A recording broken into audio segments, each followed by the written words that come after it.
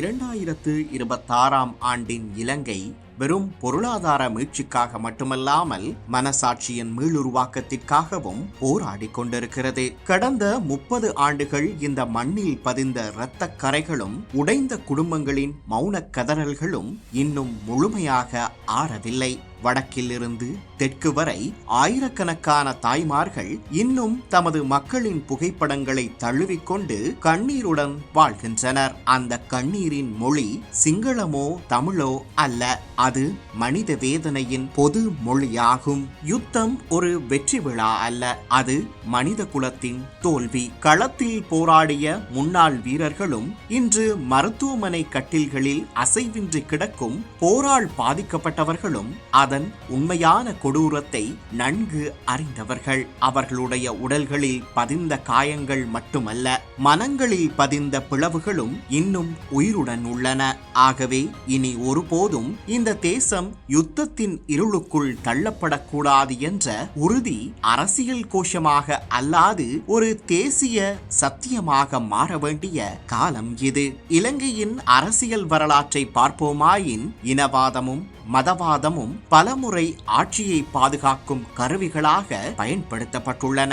மக்களின் உண்மையான பிரச்சனைகளான வறுமை, வேலைவாய்ப்பின்மை, ஊழல் மற்றும் பொருளாதார வீழ்ச்சியிலிருந்து கவனத்தை திசை திருப்புவதற்காக சமூகங்களிடையே சந்தேகமும் வெறுப்பும் விதைக்கப்பட்டன. இந்த பிரிவினை அரசியல்தான் நாட்டை பல தசாப்தங்கள் பின்னுக்கு தள்ளியது. இன்று கூட சில சக்திகள் அதே பழைய காயங்களை மீண்டும் கீறி அரசியல் லாபம் தேட முயல்கின்றன.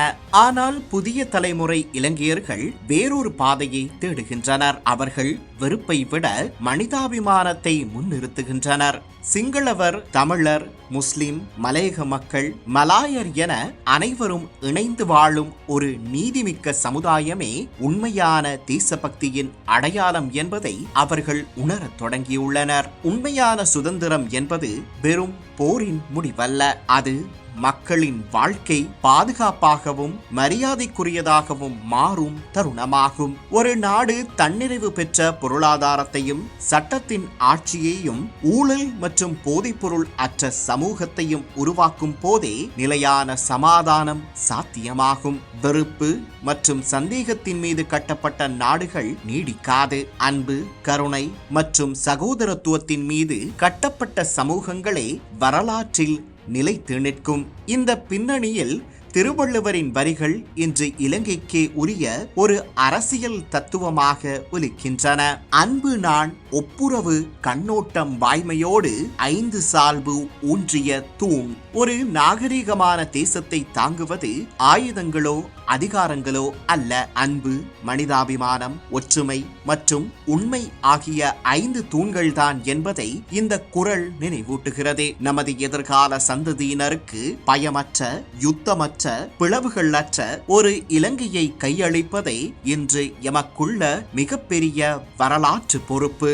அதற்காக இனவாதத்தையும் வெறுப்பையும் அரசியல் ஆயுதங்களாக பயன்படுத்தும் பழைய கலாசாரத்தை முழுமையாக நிராகரிக்க வேண்டும். அமைதிக்காக குரல் கொடுப்பது பலவீனமல்ல, அது உயர்ந்த மனித தைரியம். மீண்டும் ஒரு போர் அல்லது பிரிவினை அரசியலுக்கு எதிராக அனைத்து இலங்கையர்களும் ஒன்றிணைந்து நிற்கும் தருணமே இந்த தேசத்தின் உண்மையான மறுபிறப்பாக அமையும்.